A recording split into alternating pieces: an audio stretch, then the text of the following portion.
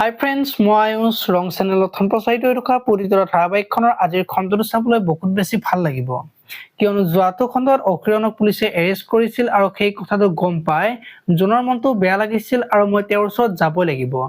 বিপদৰ সময়ত তেওঁক এনেকৈ এৰি দিব নোৱাৰো বুলি মাকক কৈ থানালৈ যোৱা দেখিবলৈ পাইছিল। আজিৰ খণ্ডটো জোন থানালৈ যাব আৰু তেতিয়া লগৰ পুলিচজনক লগ পাই অকিৰণৰ কি হৈছে বুলি সুধিব। আৰু তেতিয়া অকিৰণক যে কোনোবাই বেয়াকৈ ফচালে, তাৰ কাৰণে যে এৰেষ্ট কৰিলে, দুদিনৰ আগলে ভাৱা দিয়া মানুহজন আজি ক্ৰিমিনেল হৈ গ'ল। আচলতে সমাজ সলনি কৰিব যোৱাটোৱে ভুল, যেনেকে চলি আছে তেনেকে চলি থাকিবলৈ দিব লাগে বুলি কোৱা দেখিবলৈ পাব। ইফালে আকৌ বেদৰ ওচৰলৈ নিভান যাব আৰু তোৰতো অৱস্থা বেয়া কৰিলৈ এতিয়া তোৰ ভাইৰৰ বেয়া দিন আৰম্ভ হৈ গৈছে আৰু তোৰ যদি সাহস আছে তেনেহলে তোৰ ভাইৰক বচাই দেখুওৱা বুলি কব।